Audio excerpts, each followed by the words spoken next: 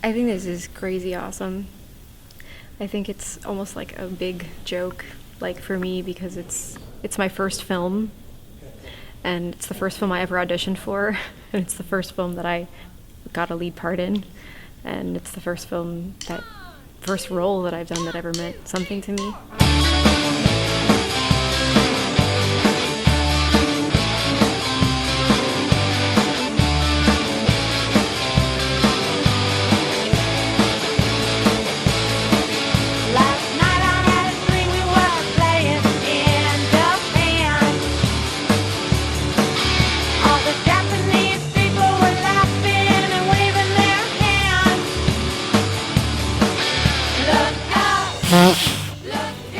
See, I'm still keeping it real, even though we're here at the Museum of Modern Art and I could go on an ego trip. I'm blowing my nose. I don't think you see Martin Scorsese or Woody Allen or the Coen brothers, who are part of the Contenders series. I don't think you see them keeping it real like that.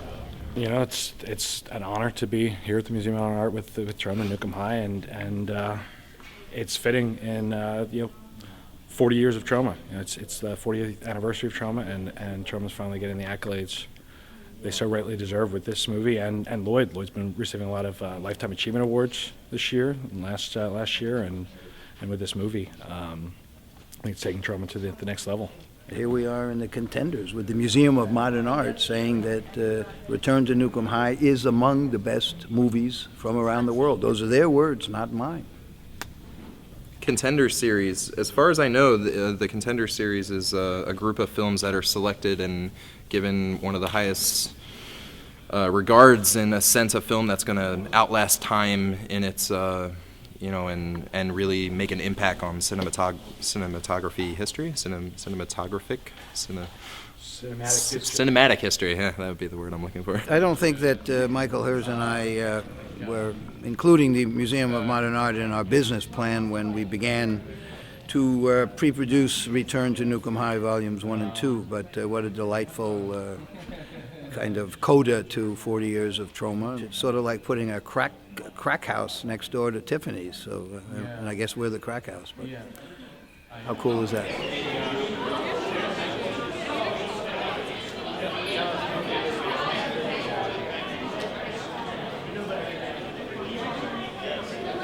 So look who's here, my God. This is so exciting. Oddities is in the house. What are you doing here? We're honored to be here. We have a cameo in the film, of course, and here at the Museum of Modern Art. Very sophisticated Troma audience. I'm Bill Whedon, and I played Reginald Stewart, the head villain, I guess you call it, in Sergeant Kabuki Man and YPD. And then Lloyd hired me to do a cameo in Citizen Toxie, where I was the abortionist who tried to abort Kabuki Man's baby or something like that. Troma saved my life at the time that I did Kabuki Man. I was in a terrible state. I got hired to play Reginald Stewart, and it got me right back on track. And I've been riding high ever since. I have a wonderful life now, all because of Troma.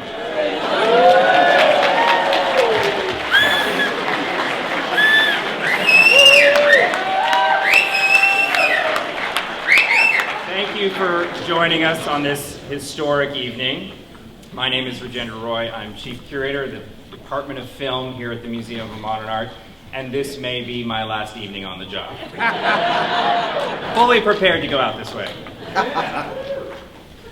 Tonight we are celebrating the Return to Nuke High, Volume 1.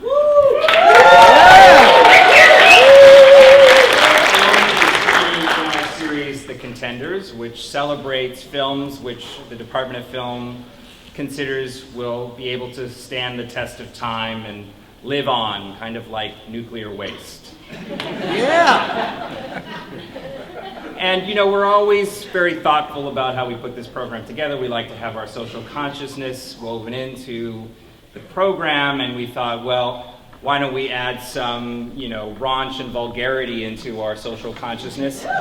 So we found The Wolf of Wall Street. Yeah.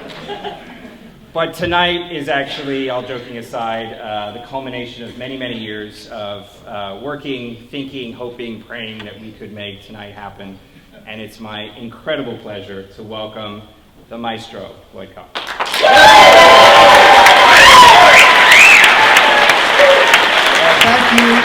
Thank you very much, and thank you to Raj Rajinder, who really has taken a huge risk, having Troma next to Scorsese and Woody Allen. Anyway, I'd like to thank Raj and also Sean Egan, who has done a tremendous amount of work to produce this evening. This movie would not have been made possible were it not for the New York State Film Commissioner, we've made a $50 million movie for about 10 cents, and thanks to the New York Film Commissioner, we were able to film in Niagara Falls, New York, and I don't know who she is, but she was, I think her name is Pat Kaufman. TRoMOMA! Also, may I please thank, after the movie, there's a Q&A, and then there's a very special, just first glimpse at the Bollywood Dance from Return to Nuke High, which nobody has seen yet. I guess all I will do now is thank the wonderful cast and crew. You're going to meet them after the film. And thank you again for coming to see Return to Nuke High, Volume 1, and the premiere. This is it. History at the Museum of Modern Art. Thanks very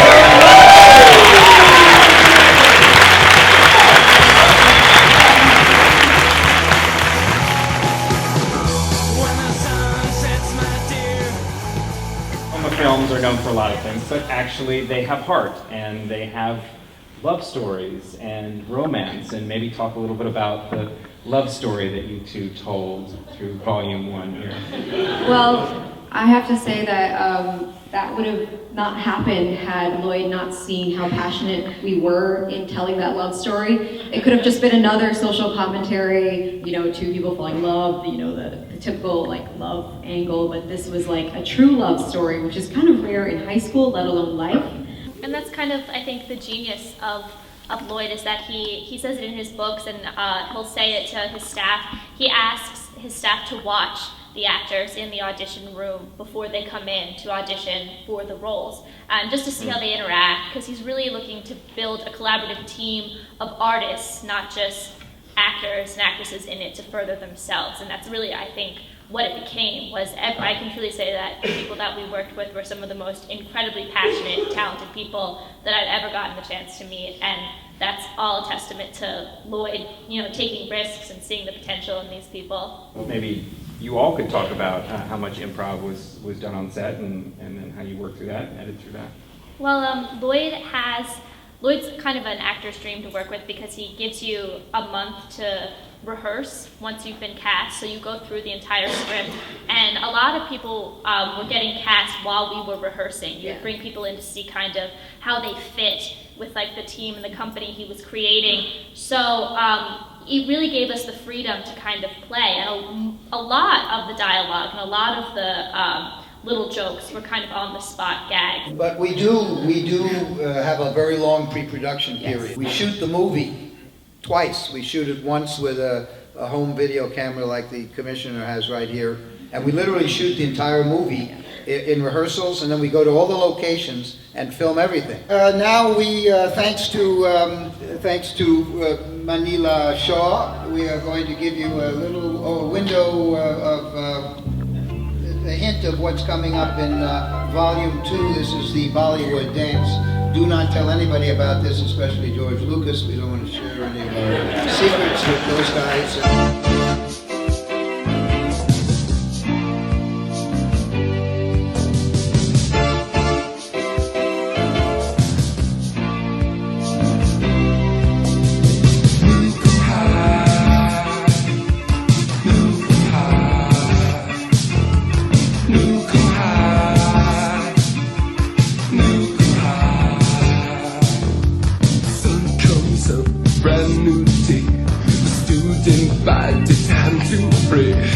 Take their tests and concentrate, cause no one wants to be a waste. But outside of the classroom walls, the Geiger counter tells it all.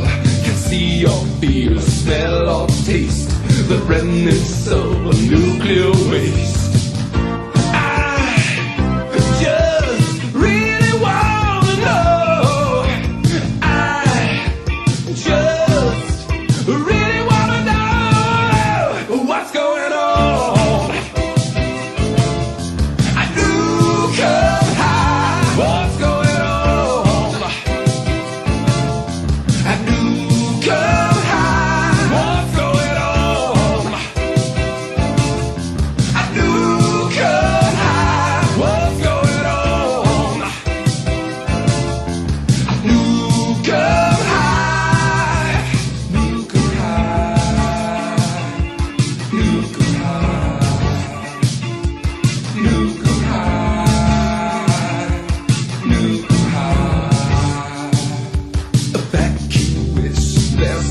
street. They say it's safe, but talk is cheap. And as we all contaminate, it's ignorance that steals our fate.